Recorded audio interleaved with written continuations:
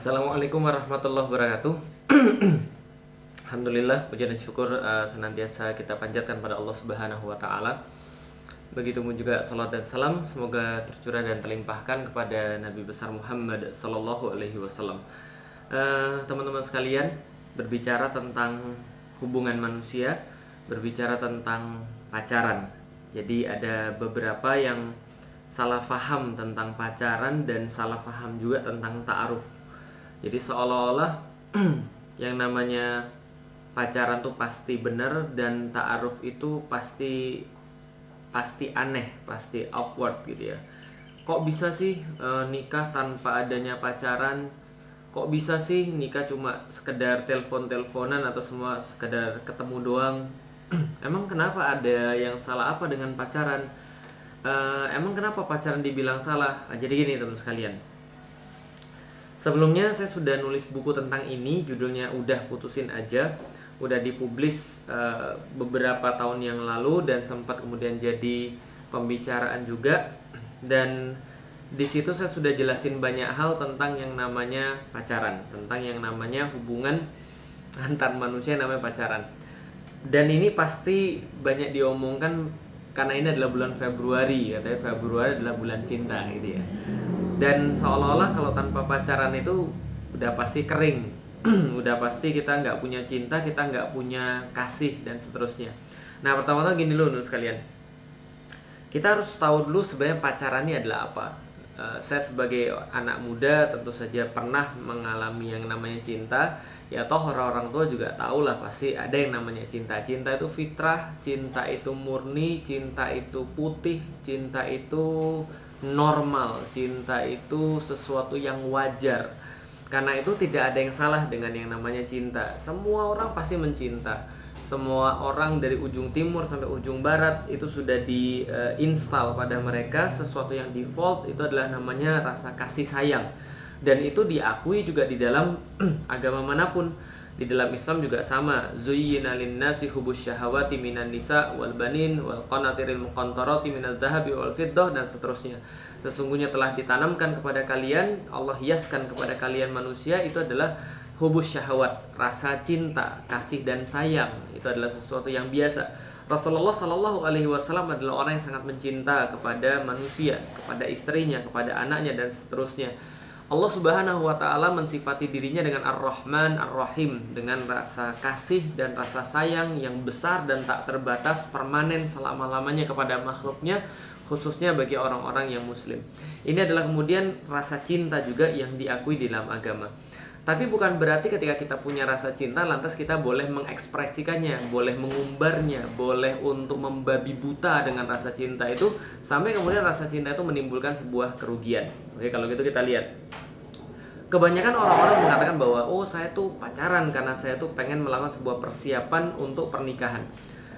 Dan orang bingung bagaimana caranya orang bisa menikah kalau saya tidak pacaran.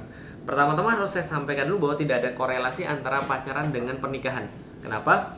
Karena kalau seandainya ada korelasi antara pacaran dan pernikahan seperti judul judul penelitian gitu ya, korelasi antara pacaran dan pernikahan gitu kan ya, hubungan antara pacaran dan pernikahan, maka kan kalau kita bicara ada korelasi, misalnya contoh lamanya pacaran menyebabkan lamanya kenalan, lamanya kenalan menyebabkan langgengnya pernikahan misalnya.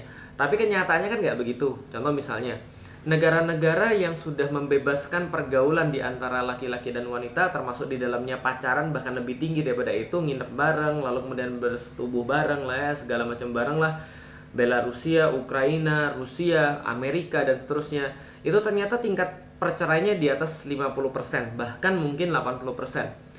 Kenapa? Karena ternyata lamanya pacaran tidak menyebabkan mereka lama juga dalam pernikahan, tidak langgeng dalam pernikahan. Bahkan yang terjadi justru lebih banyak akhirnya orang-orang tuh merasa ya kita nggak perlu nikah dong kalau gitu. Kan semuanya juga sudah kita bisa nikmati gitu ya. Ngapain kita nikah lagi? Dan kalaupun mereka nikah ternyata tidak menjamin mereka juga punya kecocokan dalam pernikahan. Artinya orang pacaran belum tentu mengenal satu sama lain. Pas mereka udah nikah, ini kayak somebody else gitu kan ya. Ini adalah orang yang berbeda. Ini benar-benar orang yang nggak saya kenal gitu kan ya. Mendadak kemudian dia jadi seseorang yang sama sekali berbeda, totally different gitu kan. Ini adalah banyak orang-orang yang melakukan seperti itu. Tapi juga kita tidak mengatakan bahwa orang yang nggak pacaran menjadi langgeng. Nggak juga begitu sebenarnya. Jadi saya cuma mau ngasih tahu aja tidak ada korelasi sebenarnya antara pacaran dan kelanggengan daripada pernikahan. Yang terjadi justru ketika orang banyak berpacaran, data membuktikan justru mereka juga cerai. Justru mereka juga tidak langgeng dalam pernikahan. Ada juga orang bilang ya nggak apa-apa, having fun gitu loh, maksudnya di dalam hidup, masa hidup ini kering-kering aja nggak having fun, itu kan aduh gue nggak bisa bayangin. Ya kan sudah dibilang tadi, orang tuh tidak selamanya dapat kenikmatan, dapat fun gitu dari yang namanya pacaran. Justru yang terjadi adalah banyak aktivitas-aktivitas di sini yang berbahaya, aktivitas-aktivitas yang justru merusak. Jadi kalau kita mengatakan bahwa kita sayang sama dia, maka kita harus pacaran sama dia. Sebenarnya kalau sayang justru jangan pacaran. Kenapa? Karena ini merusak. Kok merusak sih? Ya karena kalau pacaran itu pasti akan menghasilkan sesuatu. Saya selalu bilang begini, memang tidak semua perzinahan itu berawal daripada pacaran, tapi pacaran itu most likely ujung-ujungnya adalah perzinahan. Kok bisa begitu sih? Ya karena laki-laki punya rasa, perempuan pun punya rasa. Itu lu aja kali yang mesum. Ya enggak juga sih. Coba kita lihat nih, orang kalau pacaran ngapain sih?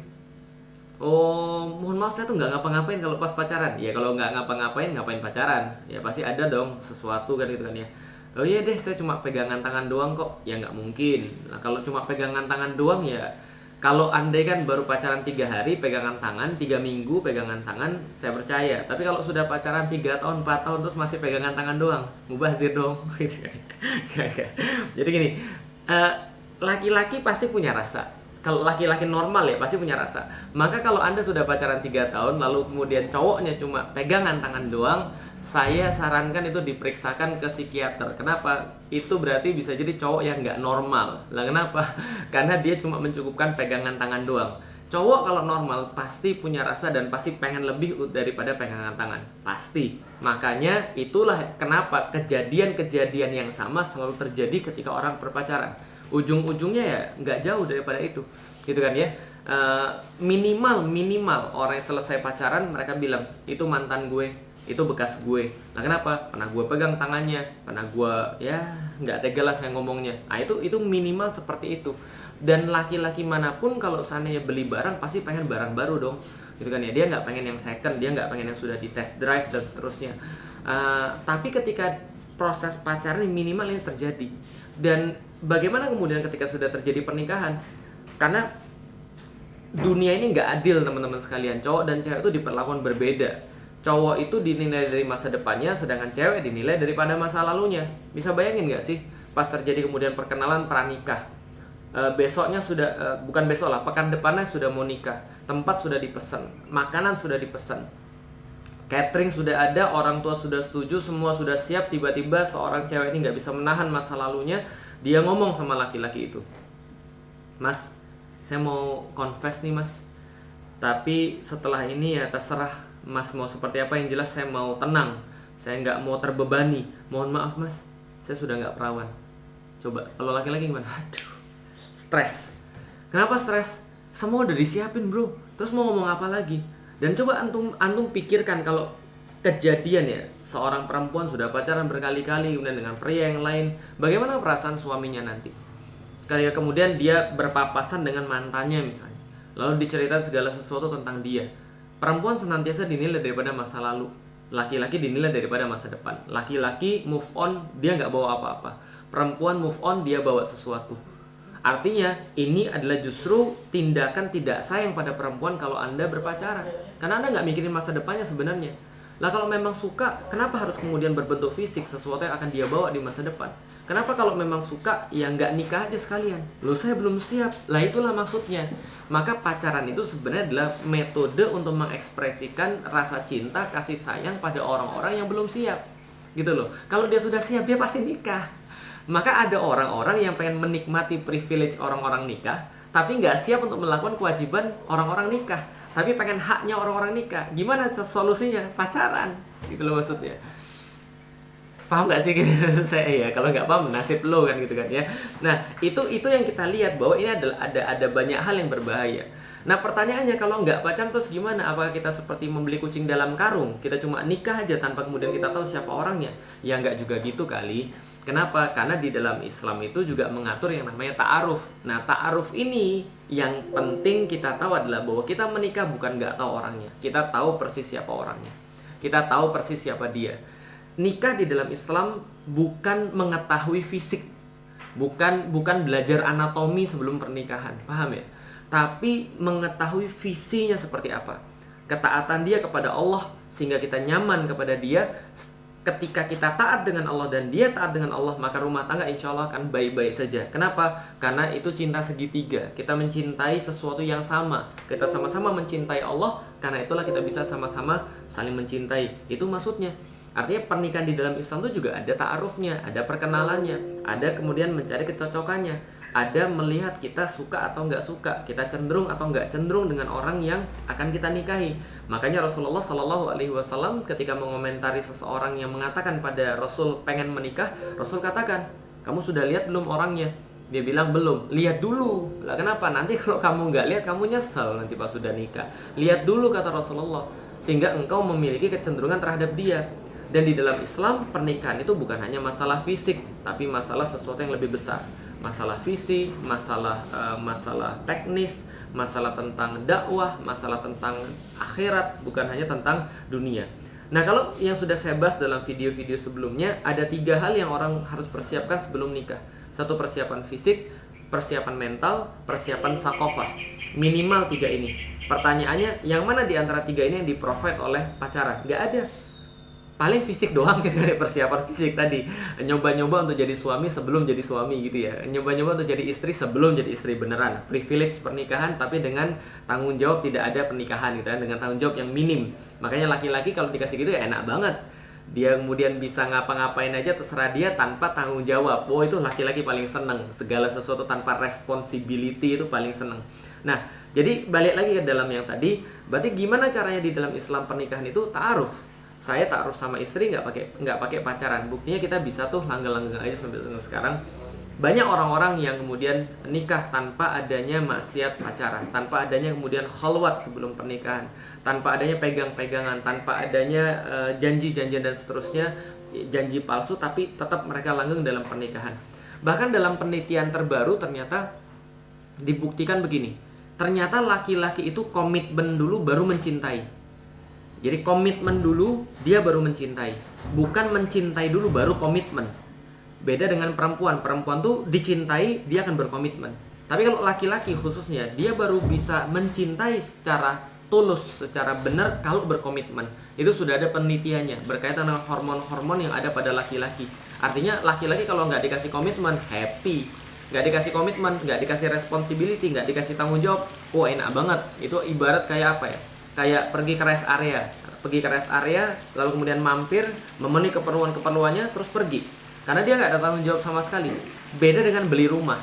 Kalau beli rumah itu dia akan memutuskan dengan benar-benar apa yang kemudian yang dia harus lakukan. Kemudian setelah dia putuskan, dia akan kemudian bertanggung jawab di situ. Itulah seorang laki-laki.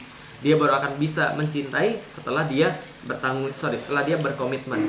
Jadi pertanyaannya adalah, kalau seandainya pacaran ini adalah main-main saja, untuk orang yang sering main-main, untuk orang yang senang main-main, untuk orang yang nggak peduli tentang masa depannya, untuk orang yang nggak serius dalam masa depannya, untuk orang yang nggak siap dengan masa depannya, sedangkan pernikahan itu seriusan bener-beneran. Pertanyaannya adalah, kalau pacaran tuh main-main dan nikah itu seriusan, kamu mau dimainin atau kamu mau diseriusin? Artinya adalah, ya kalau misalnya kamu merasa kering, mungkin tuh selama ini karena kamu nggak deket dengan Allah, bukan karena pacaran. Buktinya banyak tuh orang-orang yang jomblo fisabilillah widih gayanya gitu nih, atau jomblo sampai sah, apalagi muda mulia segala macam lah, ternyata mereka nggak ada masalah tuh. Lah kenapa? Karena Allah berkata, zuyyina linnasi hubbus syahawati minan nisa wal banin wal qanatiril muqantarati minadz zahabi wal fiddah wa khailil musawwamati wal an'ami wal hath dzalika mataun hayatid dunya. Lalu kemudian Allah sampaikan, wa indallahi husnul ma'ab. Wa indallahi husnul ma'ab. Sesungguhnya kalian banyak yang mencari kebahagiaan itu pada wanita. Sesungguhnya kalian banyak mencari kebahagiaan pada anak-anak, harta perniagaan, sawah ladang, hewan-hewan ternak, segala macam kekayaan emas dan perak. Tapi wallah, sesungguhnya pada Allah, wallah indallah indahu husnul ma'ab. Wallah indahu husnul ma'ab. sesungguhnya pada Allah disitulah terdapat tempat kembali yang paling baik, yaitu adalah kebahagiaan yang selama ini kita cari, sakinah yang selama ini kita cari. Jadi jangan-jangan selama ini kamu kering karena kamu selama ini banyak menentang Allah, menentang perda syariat, menentang poligami, apalagi menentang pernikahan, lalu melegalkan hal-hal yang justru di luar daripada itu, mengatasnamakan wanita. Justru mungkin kamu gara-gara itu